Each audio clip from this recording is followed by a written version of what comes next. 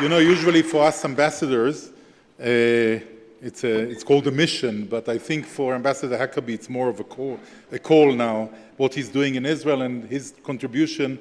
He became a star in Israel, and his contribution, I think, to the relations, excellent relations, say, between the US and Israel, is amazing, but also between the Christian community and the Jewish community, and especially the evangelical one. So thank you very much, Ambassador Huckabee, for all this, everything you do.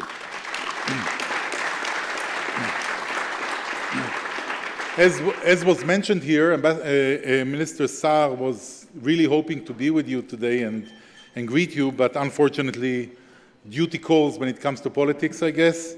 But he asked me to really to forward to you his thanks for your visit, his appreciation for your support, and wishing you a great evening tonight. And I wanted to start by saying my words now, after all of that, by saying, welcome home. Because Israel, you should see Israel as your own home. It's the place...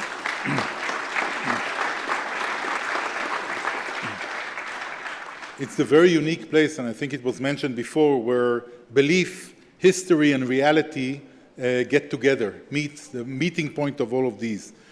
It's a place where physically you have the special connection between Christians and the land of the Bible.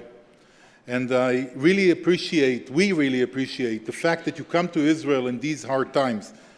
Thank you for standing by Israel for a very long time, but especially more so since October 7.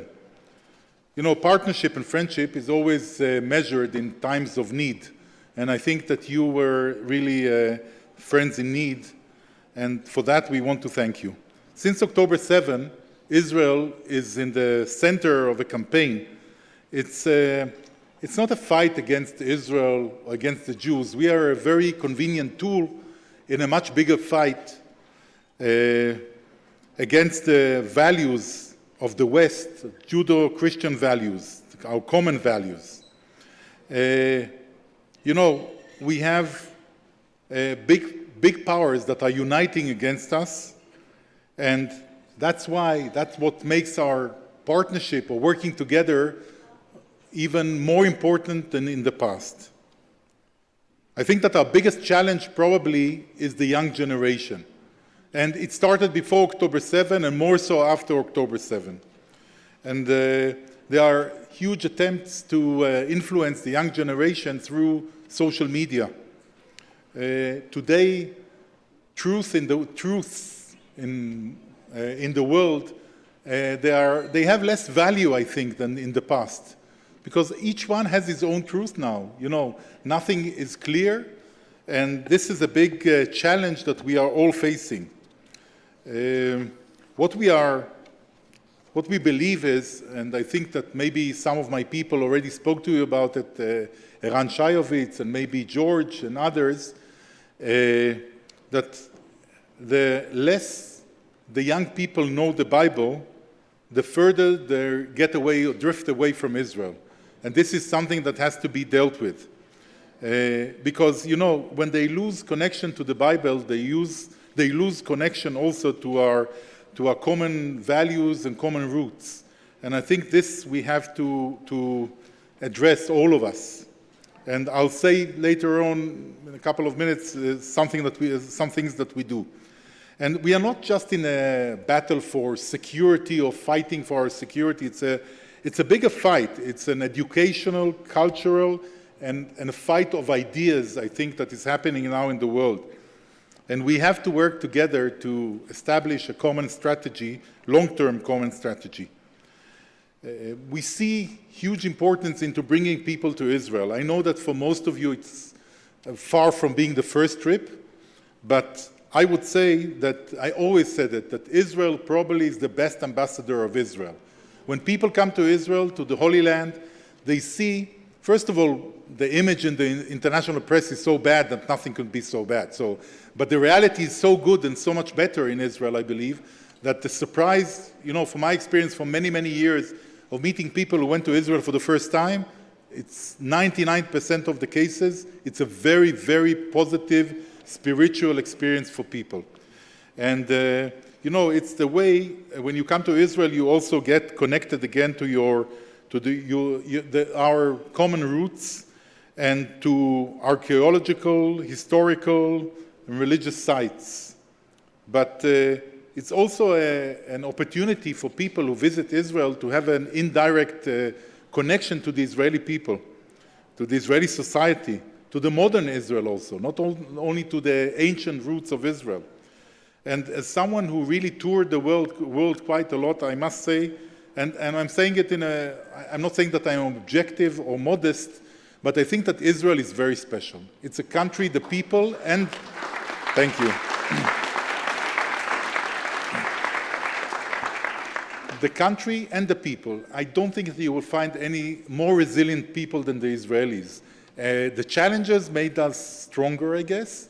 And, we are used to fighting.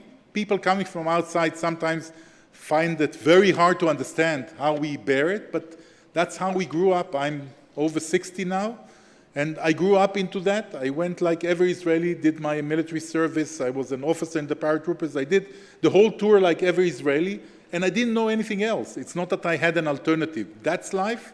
You accept it, and you make the best out of it.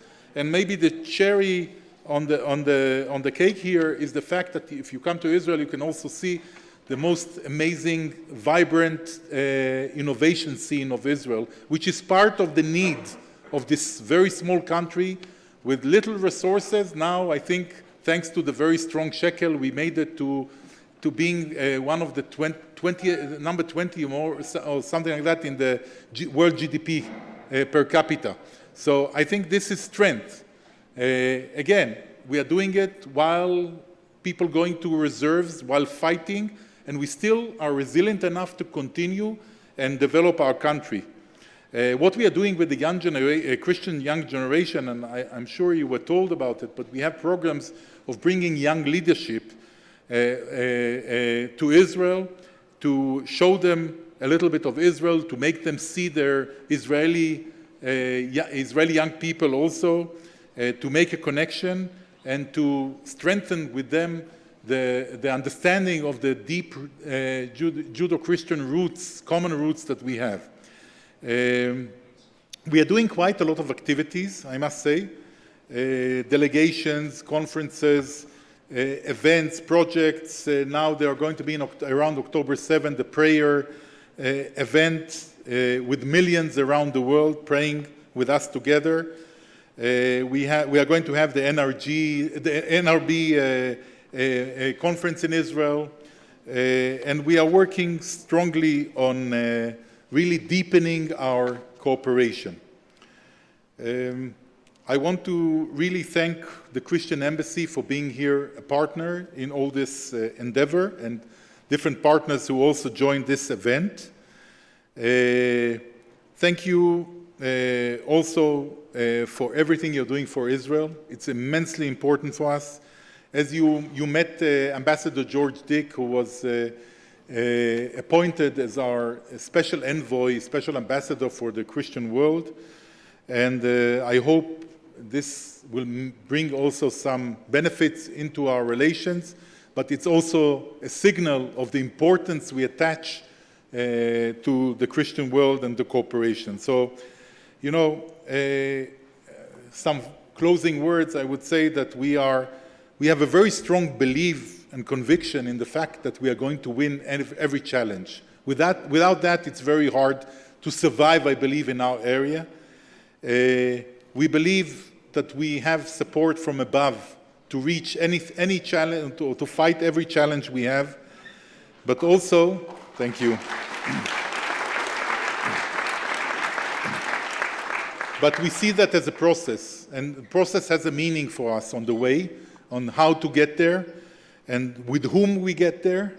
What we have now with the U.S., what we had with the U.S. and have in the U.S. around Iran is one example. We are not alone. We are not alone. We are fighting together, shoulder to shoulder, to safeguard our society, which in many places is not going towards good direction, I believe, unfortunately.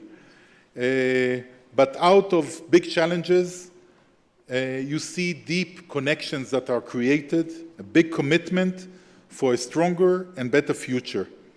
And this challenge is making us closer and stronger, all of us. So I would like to finish by really thanking all my team. Ambassador Dan Orian was mentioned here.